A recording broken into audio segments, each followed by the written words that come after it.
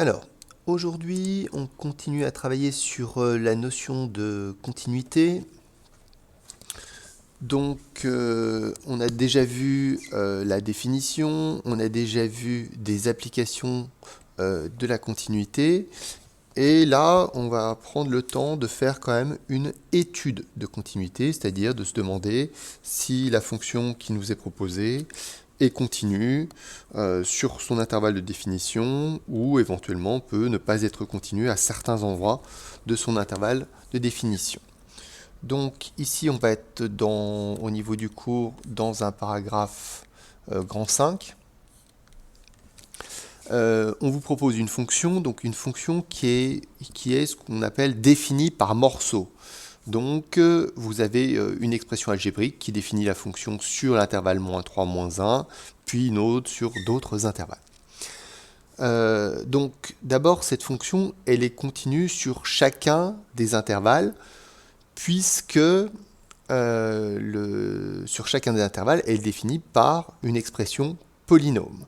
Donc la question qui se pose est uniquement de savoir si la fonction est continue aux endroits de recollement, c'est-à-dire en -1, est-ce que la fonction est continue, et en 3, est-ce que la fonction est continue. Donc, d'abord, regardons ce qui se passe en -1. Donc, d'après la définition, il faut savoir si la limite de la fonction est égale à l'image. Donc, nous avons besoin de 3 éléments. Nous avons besoin de connaître la limite de la fonction quand x tend vers -1 à gauche. La fonction, quand x tend vers -1 à gauche, est définie par la première expression, à savoir x carré plus 2x. Donc on remplace x par -1, et ici, donc -1 au carré, on trouve 1, plus 2 fois -1, on va trouver -1. La deuxième chose qu'on a besoin de faire, c'est la limite à droite. Limite de f de x quand x tend vers -1 à droite. C'est la limite de la deuxième expression. Donc, à droite de -1, la fonction est définie par l'expression x plus 1. X tend vers -1 par valeur supérieure. Et là, la limite, c'est 0. On remarque tout de suite que les limites sont différentes. Donc, quand la limite à gauche et la limite à droite sont différentes, la fonction n'a pas de limite. Si elle n'a pas de limite, elle ne peut pas être continue. Donc, f n'est pas continue en -1. Donc, voilà ce qui s'est passé en -1. On va maintenant regarder ce qui se passe en 3. Donc, en 3, sur le même principe, on va déterminer la limite de f de x quand x tend vers 3 par valeur inférieure. Donc, à gauche de 3, la fonction est définie par l'expression x plus 1. Donc, c'est la limite de x plus 1 quand x tend vers 3 par valeur inférieure. Et cette limite, c'est 3 plus 1, donc 4. D'autre part, on cherche la limite de f de x quand x tend vers 3 par valeur supérieure. On va donc utiliser la dernière expression, donc moins x carré plus 6x moins 5.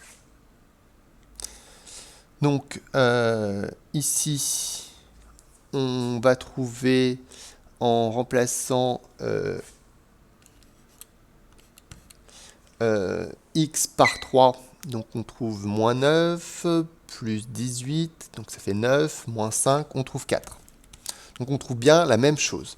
Et on prend quand même la peine de calculer le dernier élément dont on a besoin, qui est l'image. Donc on a besoin de f de 3. Alors f de 3, on regarde bien comment la fonction est définie. En 3, la fonction est définie par la dernière expression qu'on a vue. Donc en 3, la fonction, c'est l'image de 3, c'est moins 3 au carré, plus 6 fois 3, moins 5. Et on trouve bien 4. C'est normal puisqu'on a fait le même calcul que pour la dernière limite calculée. Donc, on est bien dans la situation où la limite de f de x, quand x tend vers 3, que ce soit à gauche ou à droite, est bien égale à f de 3. Donc, f est continu en 3. Donc, voilà pour cette étude de continuité. On va juste prendre un instant pour se représenter visuellement ce que ça signifie.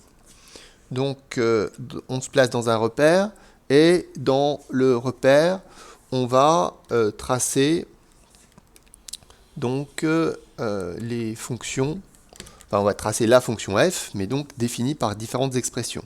Donc, la première expression, c'était x carré plus 2x. Donc, l'image de moins 3, c'est 3. On peut calculer l'image de moins 2. L'image de moins 2, ça doit être 0. Et l'image de moins 1 doit être moins 1. Donc, cette première partie de fonction, donc c'est un morceau de parabole, hein, donc ça doit donner à peu près ceci. Ensuite, on a la fonction x plus 1 à tracer. Donc cette fonction, c'est sur l'intervalle moins 1, 3. Donc c'est un morceau de droite, un segment. Hein, donc ici, on trace ce segment. Donc on obtient ceci. Et je rappelle donc qu'on avait bien obtenu ici une image qui était 4. Et puis, pour la dernière fonction, donc l'image était 4 et on trouvait ceci. Et l'image de 5, ça doit être 0.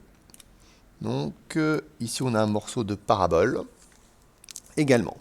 Donc, on va juste relire précisément la façon dont est définie la fonction. Donc, en moins 1, la fonction est définie par l'expression affine. Donc c'est bien ce point qu'il faut retenir. Et puis en 3, elle est définie par la dernière expression. Donc je vais juste préciser ces éléments sur le graphique. Donc ici, en moins 1, la fonction n'est pas définie ici. Elle est définie par cette image. Donc voilà à quoi ressemble cette fonction. Donc on remarque bien que la fonction n'est pas définie en moins 1 comme on l'a trouvé. Et par contre, ici il y a recollement et la fonction est bien continue en 3. Donc voilà pour ce modèle d'étude de continuité, donc exercice qu'on peut vous demander de faire. On s'arrête là pour ce cours sur la continuité.